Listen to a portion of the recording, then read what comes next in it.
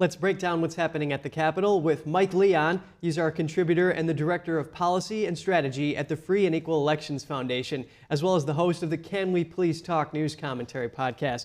Mike, it's great to have you here. This has been months in the making, and now we see bipartisanship advancing the $95 billion aid bill, and Speaker Johnson putting his job on the line to pass this. What does this say about Johnson's leadership?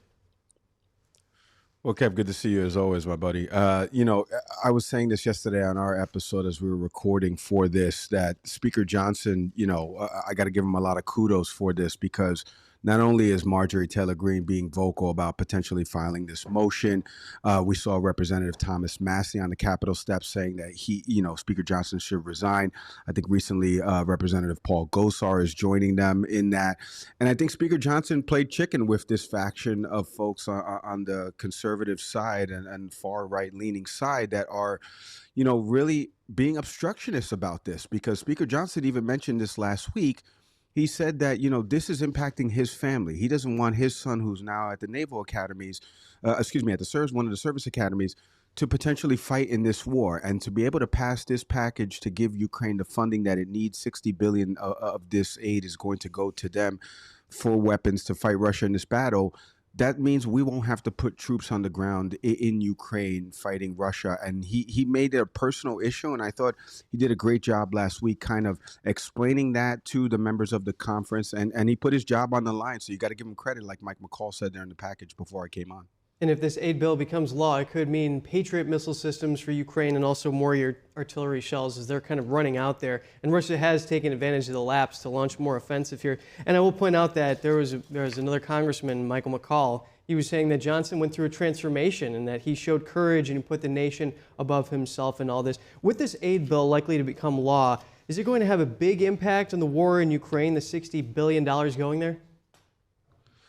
Well, I know, Volodymyr Zelensky mentioned that he has spoken with soldiers. I think he was doing an interview this past weekend on one of the Sunday shows, and he was talking about that he's spoken with soldiers at different points in this battle, and they've all said, look, they lack the weapon, they lack the artillery, they lack the ability to knock out some of these Russian reconnaissance drones.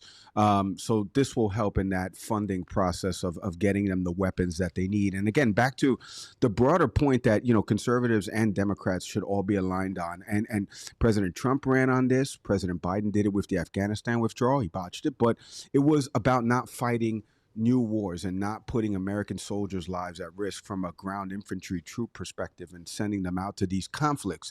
This is one way to alleviate that. This is, giving a country that, again, has Russia invaded Ukraine. Ukraine's a sovereign country. And Speaker Johnson said this. The fear is, and Nikki Haley ran on this, is that Putin goes, further west to Poland and to other countries and violates the NATO agreement. And so this is the fear, and this is why we need the funding package to give to Ukraine so they can be able to defend themselves, so we don't have to put American troops at risk. Understood, Mike. And the border bill was voted down. We can talk about that later. But right now, TikTok ban, is it picking up steam in the Senate? Do you see this actually coming to fruition here?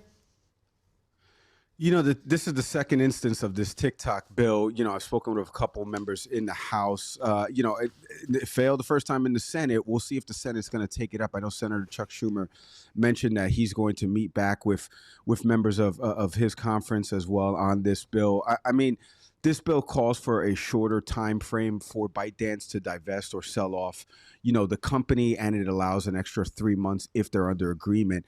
Under contract with somebody to buy the company right now. But, as my co-host Nick mentioned on the show this past week, this is not the only company that is faulty data, or at least has the ability to have a faulty data breach. And Congress hasn't really done anything about some of these other companies that control massive amounts of consumer data here in the U.S. So I'm interested to see where this kind of plays out. I'll keep an eye on it, but I don't know, because the Senate didn't take it up and shot it down the first time. So I don't know if this will actually play out the second time around. Our contributor, Mike Leon, thanks again. Thanks, Kev.